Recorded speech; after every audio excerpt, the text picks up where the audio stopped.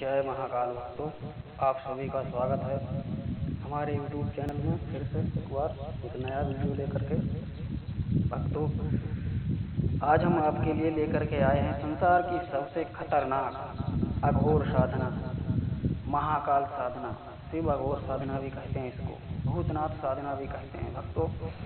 यह साधना आदि और अंत है।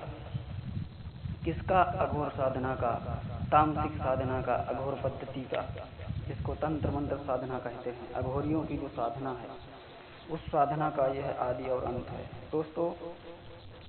संसार की यह सबसे शक्तिशाली, सबसे पावरफुल, भयानक साधना है दोस्तों। यह साधना सबके बस की बात नहीं है करना दोस्तों। यह भी कहा जाता है कि इस साधना के बाद, यानी कि महाकाल साधना के बाद, परलोक बिगड़ जाता है दोस्तों।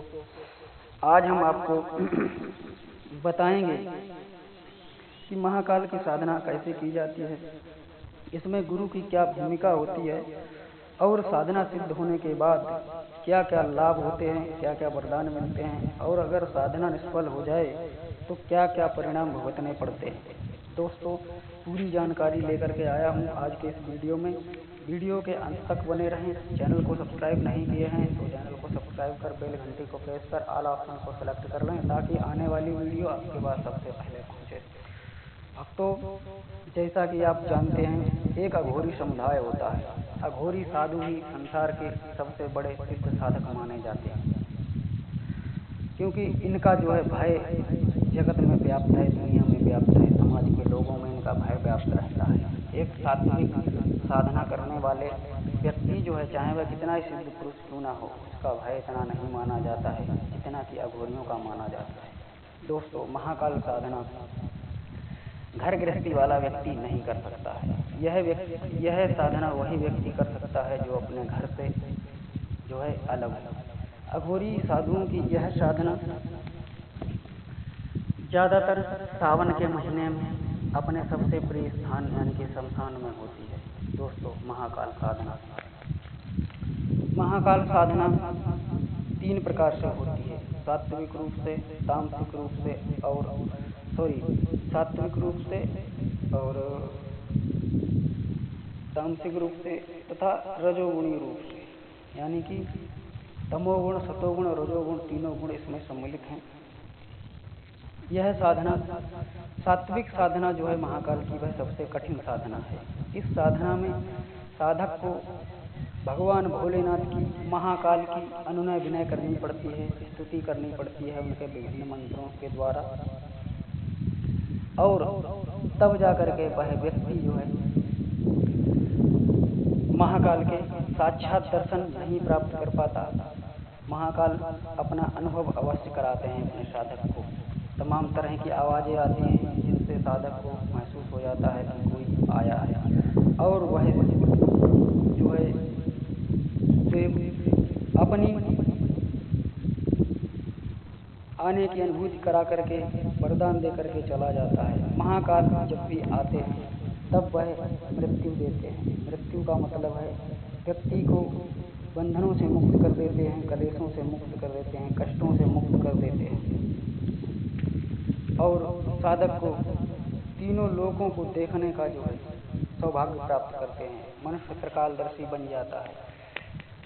दुनिया के बड़े से बड़े रोगों को ऐसा साधक, महाकाल साधना सिद्धि का साधक जो है क्षण भर में चुटकी भर भभूत उठा करके दूर कर देता है दोस्तों। ये तो हुई सात्विक साधना महाकाल की, जो कि सबसे कठिन है। इसमें बहुत ही अनुनय विनय, मंत्र जाप करना पड़ता है, तब जाकर के यह साधना सफल होती है। अब बात आती है दोस्तों महाकाल की उस साधना की जिसको हम तमोगुण कहते हैं। तमोगुण में अघोरी साधु मांस मदिरा का भोग लगाते हैं, और जैसा कि आप जानते हैं भगवान भोलेनाथ भूतनाथ कहे जाते हैं, भूतों के नाथ कहे जाते हैं, तो इनके साथ तमाम भूत प्रेत रहते हैं दोस्तों। मांस मदिरा का सेवन जो भोग लगाता है साधु, वह भगवान भोलेनाथ स्वयं ग्रहण नहीं करते।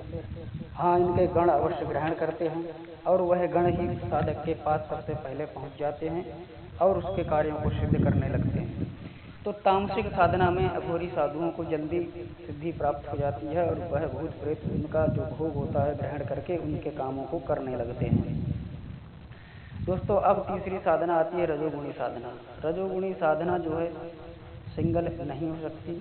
यह साधना एक प्रकार के संभोग की साधना है, संभोग के द्वारा सिद्धि है। जैसे कि पार्वती और भोलेनाथ का मिलन जो है होता है, यह एक अलग प्रक्रिया है। इसमें जो है मतलब मन का संभोग होता है दोस्तों, शरीर का संभोग नहीं होता। शरीर के संभोग से यहाँ कुछ नहीं होता है। तो यह रजोगुण की साधना है। दोस्तों, अब हम बात करते हैं कि आपको सबसे लाभप्रद साधना कौन सी होने वाली है। दोस्तों, जो सात्विक साधना हमने बताई है भगवान भोलेनाथ की, यानी कि महाकाल भगवान की, यह साधना जो है किसी का परलोक खराब नहीं करती है।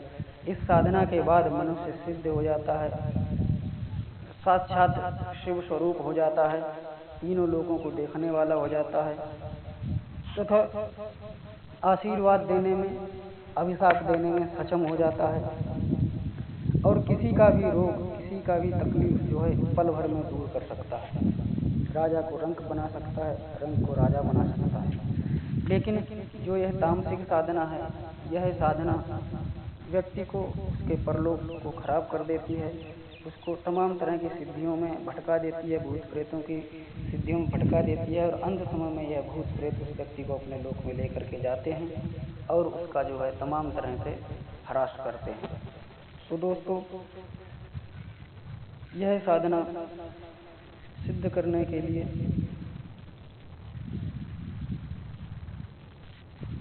हम आपको एक मंत्र दे रहे हैं। यह मंत्र बहुत ही बड़ा है, तो इसका हम फोटो आपको देंगे। वह जो है मंत्र आपको जाप करना है।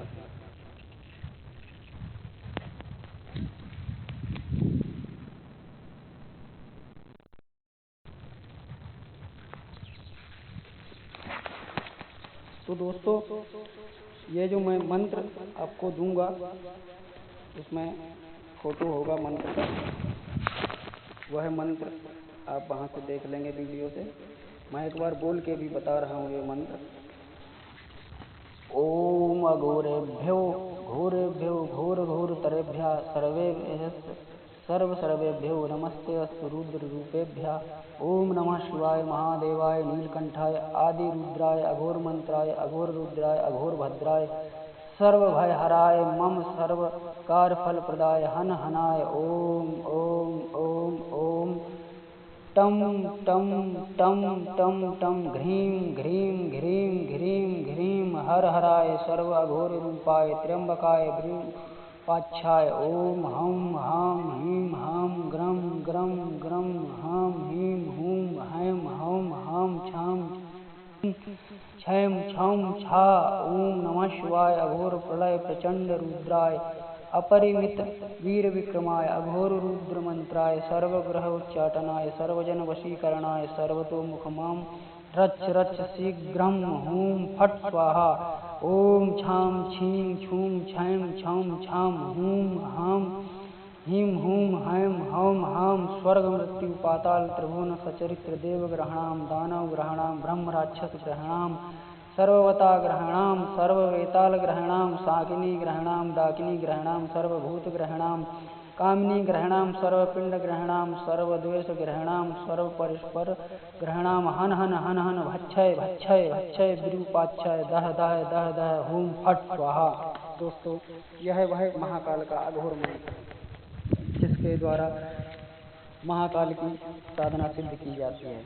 जो साधक इस मंत्र को यानी कि भगवान महाकाल की सात्विक साधना करना चाहते हैं, वह बिना किसी प्रकार का तामसिक भोग प्रसाद दिए दिल में भगवान भोलेनाथ के लिए सूक्ष्म भावना बनाए हुए, सात्विक भावना बनाए हुए सात्विक तरीके से इस मंत्र का जाप करते हैं जब तक कि महाकाल स्वयं प्रकट नहीं हो जाते। तथा तामसिक साधु, तामसिक पद्धति में जो अघोरी साधु होते हैं, वह शमशान का घाट में जाकर के चिता पर जो है इस चिता पर, जलती चिता पर जो है इस मंत्र का जो है प्रयोग करते हैं, मंत्र को जाप करते हैं निरंतर अगाध रूप में। और वहीं पर जो है भोग देते हैं चिता पर ही मांस मदिरा का उसके चारों तरफ, और इस मंत्र का जप करते हैं जब तक कि मुर्दा बोलने ना लगे, कोई शक्ति आकर के स्वयं वरदान ना दे, तिरवाचा ना करे, तब तक जो है यह होती है क्रिया। दोस्तों ये मैं आपको संक्षिप्त जानकारी दे रहा हूँ, फिर भी बहुत ही विस्तृत जानकारी है, लेकिन यह साधना जो है आपसे निवेदन करता हूँ बिना किसी सिद्ध गुरु के सानिध्य में, बिना किसी सिद्ध गुरु के बताए यह साधना आप ना करें।